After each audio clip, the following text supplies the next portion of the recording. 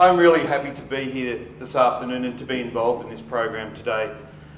When I first got approached about ISD being involved and hosting and supporting it, I really had to say I was most impressed.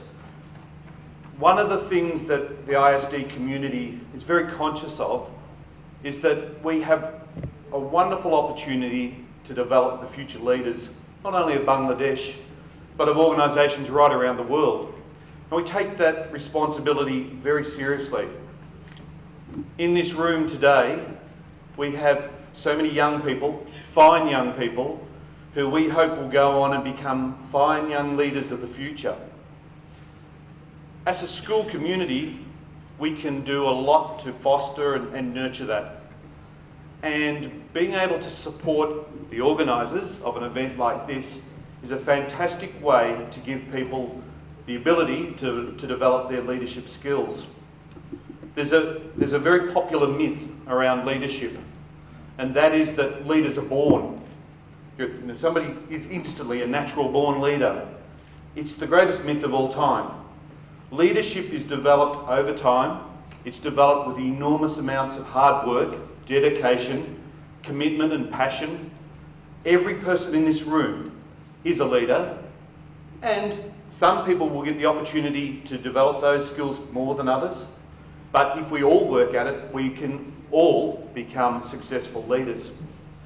Certainly when we look at the organising group who have put today's conference together, I hope that all of the young people in the room can feel inspired themselves to accept leadership roles and to move into those sort of opportunities willingly. It takes a lot of courage to stand up in front of an audience, to put together a program like this, and that's what good leaders do. I've been really impressed with the way the organising committee have gone around, first of all, the human leadership part of this role. Being able to inspire people, get them involved, convince sponsors that this is a program that they should be supporting. And then of course there's all the technical leadership that goes into putting an event like this together successfully. Having you, the audience here, but also being able to present it in such a smooth way that it just flows.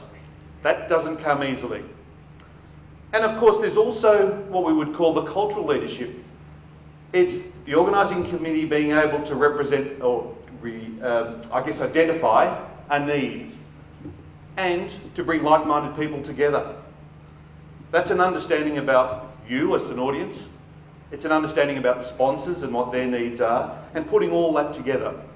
So the opportunity for this team to practice those skills is enormous, and that's why a school like ours would always want to support a program like this.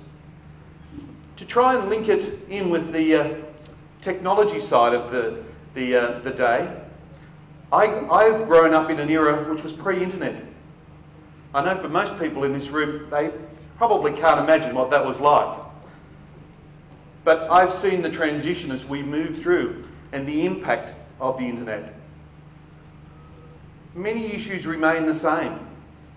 And why I chose to talk about leadership is because we have some wonderful tools at hand.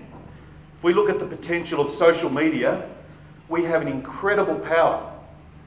We also have, if it's misused, a terribly dangerous tool. And the only way we can maximise the use of those sort of technologies is with good leadership. It's with responsible use of those sorts of tools. And so, for me, leadership and the importance of that in developing people who are responsible and compassionate, all of those things are the same, whether you grew up in an era which was pre-internet or whether we're dealing with here and now. So for me, the leadership remains the same, the skills remain the same, the tools and the people may be changing slightly, but it's an important part of developing a better world. So once again, I'd like to say I'm very thrilled that you're here today. I'm very proud of our organising committee, and I'd like you to share with me in showing your appreciation to all of the people, our young students who have put today's program together.